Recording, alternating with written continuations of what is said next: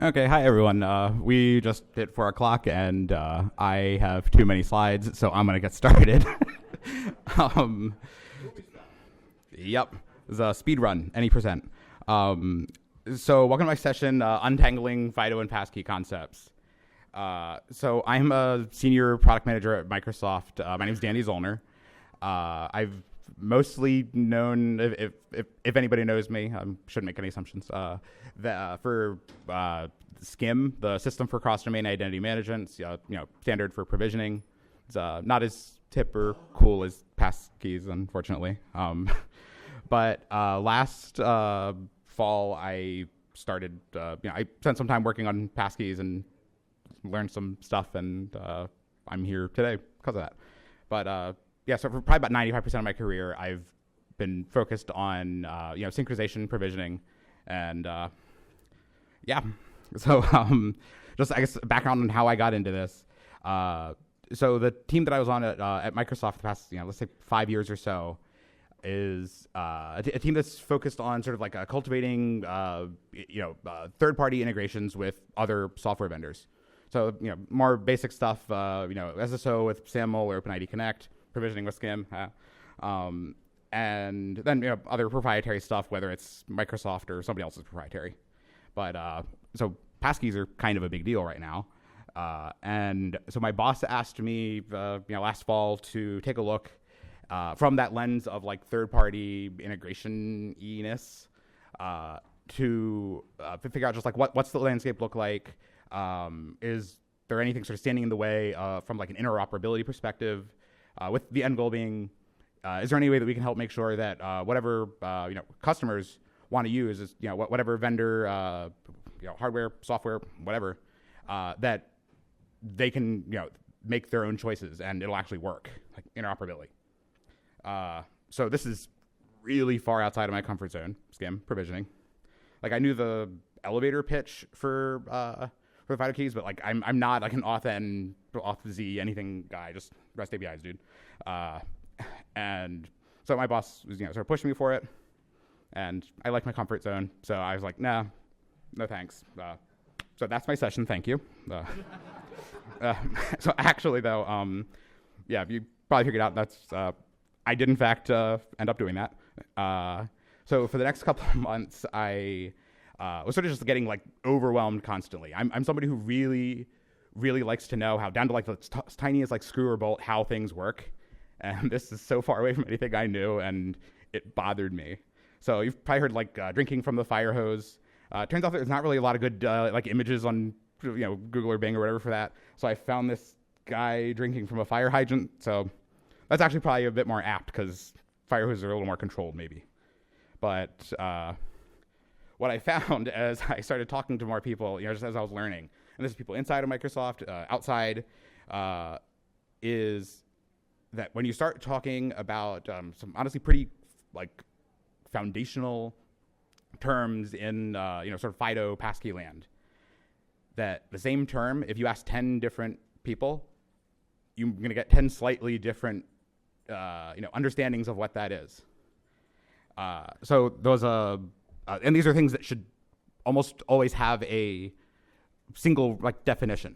Maybe you're being pedantic on a specific word choice, but yeah. So there was this like light bulb moment I had probably a couple weeks or a month or whatever into trying to learn this, where I was talking to a coworker who knows a lot more about passkeys than I do, and all the FIDO stuff. His name's Tim Capali, and so I was recounting a conversation that I had like earlier that week. And at a certain point, Tim just starts looking at me like either, I don't know, like a second head had grown off my shoulders, or like I was just a complete idiot. And I was getting more and more self-conscious, and I was like, okay, what did I misunderstand somewhere? And so eventually we sort of like rewind the conversation. I figure out like what it was. And it's like this foundational like thing, 10 minutes of what I'd been saying turned out was built on a premise that I had picked up while, discussing whatever the topic was with somebody else, and it was wrong. And so all the decisions that like that person and their team, whatever, had made were like sort of like tainted, or like they're misaligned with what their own plans were, based on a just slightly incorrect understanding of how things are supposed to work. And as soon as Tim and I got to that point of oh, okay, so that's the problem. That's the wrong bit. Like 1 second later, Tim's like, oh, but I see how they could get to that. I'm like, oh, okay. But, and so there's the whole like phenomenon of, you see something and then suddenly you can't help but see it other places. And I was sort of like keeping my eye out at that point just for, are there other instances where other terms even, where people are like, we're just talking past each other and turns out that the answer is much simpler and is that somebody misunderstood something or, yeah. And it turns out there's actually a lot of that too. And that was pretty much the fuel for me submitting to Identiverse, and here we are. Oh, I missed the question mark slide. I kept talking to the Spider-Men. But yeah, one of them is Tim. I'm not sure which. One of them is me. If you have suggestions on who is who, afterwards. But yeah, so I'm going to start off with just some like basic definitions, and this session really is more of an intermediate like level thing. Like I'm expecting that everybody here is to have like some idea of like Passkey functionality already, but I'm going to at least start just on that same basic premise of to make sure that we're all roughly on the same wavelength. Yeah, here's some really basic ones. So we have Passkey. So a Passkey is really, it's like, a FIDO2 web authent discoverable credential. You can go read up if you want to dig into the meaning of each of those words. But it's we'll call it a FIDO credential, regardless of where it's housed. So whether it's on a physical security key, which is the more like traditional one, we have Will from Ubico sitting up front, or if it's something like baked into an operating system on a mobile device or a computer, or if it's something an app that's running on top of an operating system. All those are just different ways to create and manage passkeys. And then those different ways are different types of authenticators. So 2 definitions there down. And then this is more just because words and time. FIDO2 protocols, if you hear me say that, I'm talking about WebAuthn and CTAP, the 2 standards that are there, just so nobody's confused. And then as far as authenticators go, not talking about push notifications, TOTP. There's other definitions, but not here. So to start, and I'm going to start moving into like progressively. We're going to build up to attestation is sort of the biggie. But so AIGWIDs are most of you probably already know what they are. Unique identifier for an authenticator. And so like for physical devices, it might be a specific model. For software, it gets a little more fuzzy because software is new, at least in past the FIDO land. So next we're going to go to what is FIDO, or I guess what is the FIDO metadata service? And in a nutshell, it's a API somewhere that the FIDO Alliance hosts that has a gigantic JSON web token that has info on all of the authenticators, or rather all the AIGWIDs that have been uploaded to them by anybody who has a certain amount of relationship with them. And so the AIGWID is just a unique identifier.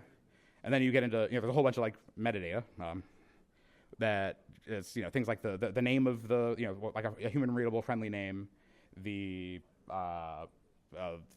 logo for it, and then a bunch of like technical stuff too that we'll touch on. So what one thing that I ran into is confusion over what exactly it means to be published into the FIDO metadata service.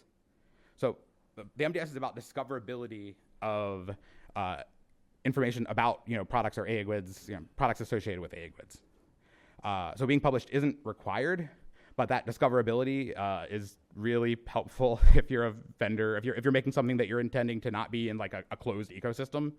Like if you're writing a authenticator app or whatever, and it's only going to be used in a controlled environment, then you don't actually need the metadata service. But if you're sort of like selling a product and expecting some amount of plug-in playability, yeah, that's one of the main benefits. So being published in the FIDO metadata list does not really grant a whole lot in the way of the FIDO Alliance blessing, oh, this is safe or secure or compliant with our specs. There's some things that you can later find out, but just the nature of being published into the metadata service, all it means is that whoever uploaded that has met the minimum bar of relationship, which does not go into like all the technical nuts and bolts. So here is man, that is small on this screen. But So FIDO metadata, JSON web token breaks down into JSON. JSON's really ugly for, slides. It takes up a lot of space. This is just a representation of some of the data. This is like half of the overall data of a single AGWID in the metadata service, viewed through the lens of a popular open source, viewer tool. So when we talk about, the FIDO Alliance blessing things, publishing in the MDS isn't what gets you there, but the FIDO Alliance has a bunch of different certification programs. So they have some that cover sort of like the technical functionality, like making sure they're compliant with the related specifications. They also do, have components that are assessing things like the physical security and other, conditions of the manufacturing facilities that these keys are, made at.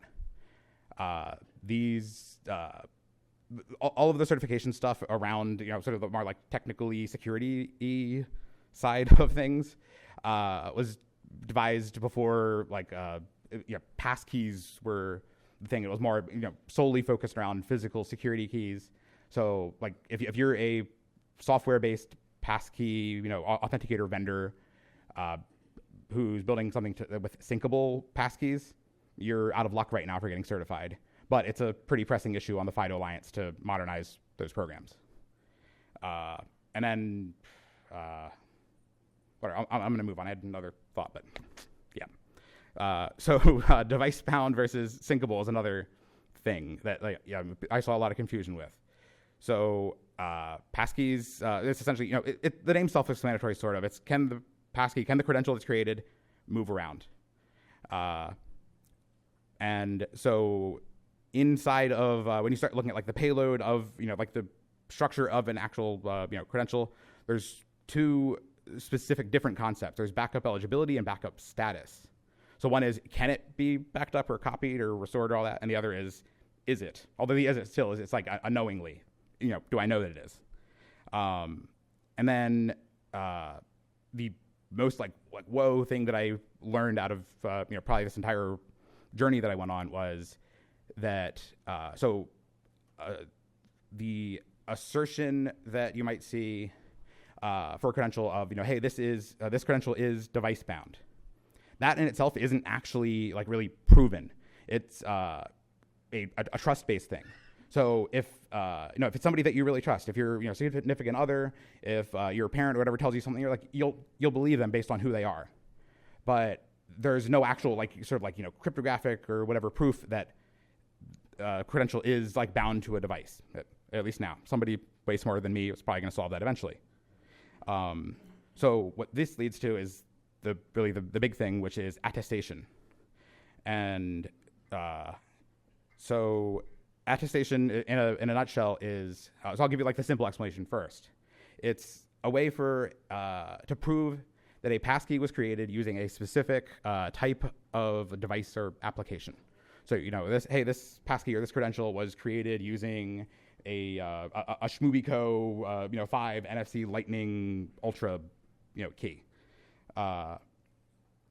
What it actually means is that it's proving that the passkey was created by an authenticator, hardware, software, that is in possession of a private key that can be chained back to an attestation related certificate, which you're generally going to find in the FIDO MDS for that AGWID. So there's a few flavors of attestation. The base model equivalent, I've seen it referred to a bunch of names. Most common ones would be full basic attestation, if you're like going deep into the spec. I've also seen it referred to a lot as key attestation. And this is essentially, this is created by, this passkey is created by a specific vendor, or by that key, a specific key like model or whatever from a vendor or authenticator. Doesn't have to be a key. And then with a more recent addition to the FIDO specs, which update a lot more frequently than some things like TLS, FIDO 2.1 introduced the concept of enterprise attestation.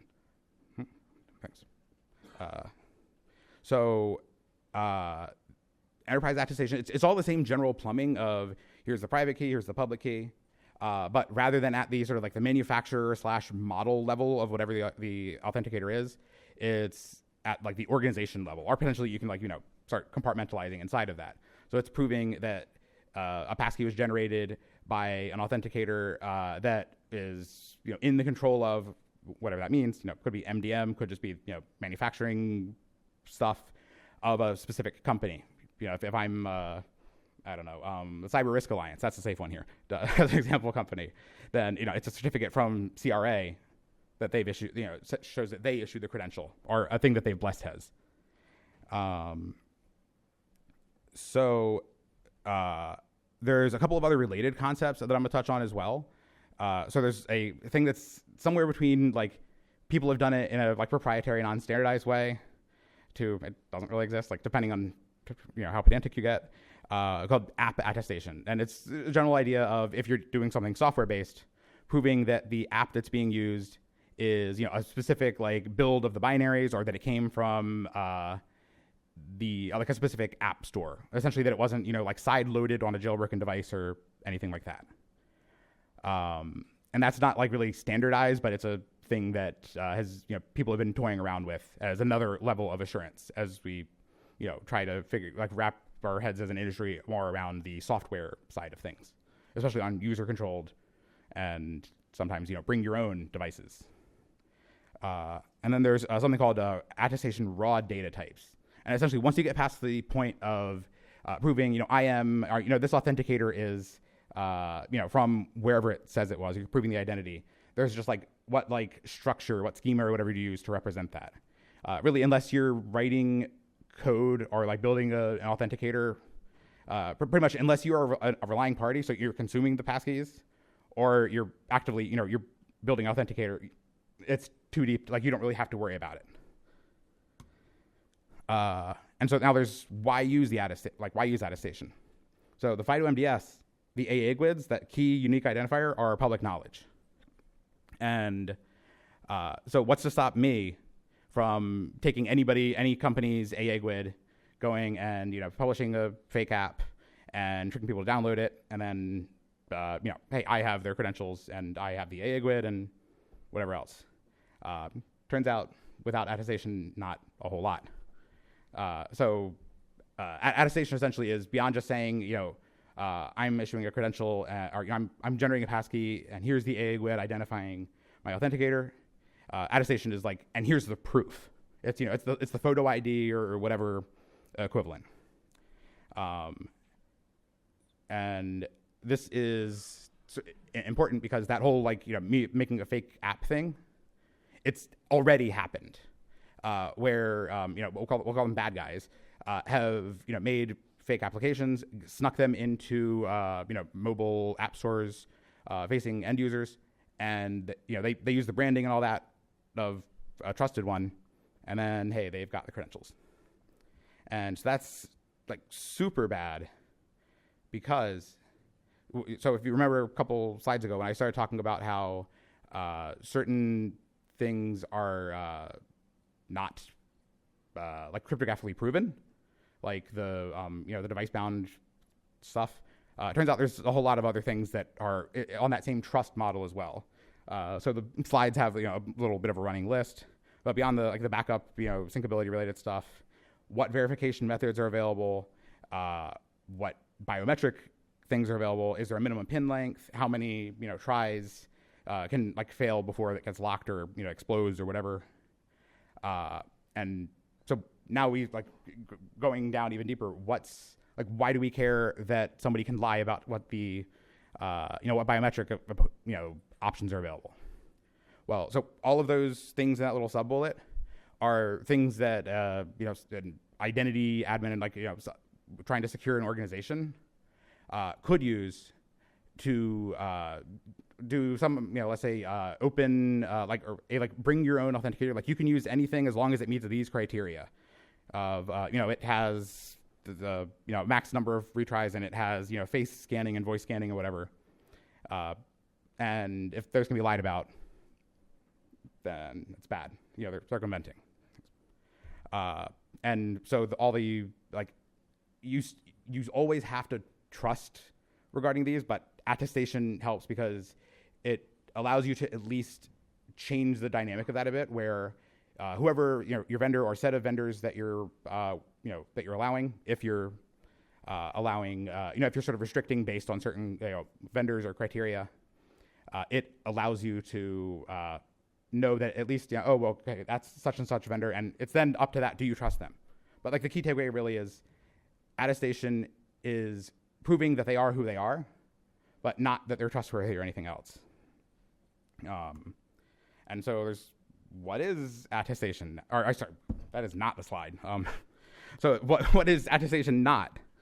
So we have, we could just immediately say attestation does not mean that something is device bound, FIDO certified, at all spec compliant.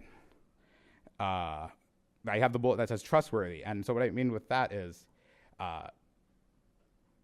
even if something is attested, like breaches, like secrets getting stolen or leaked or whatever happens.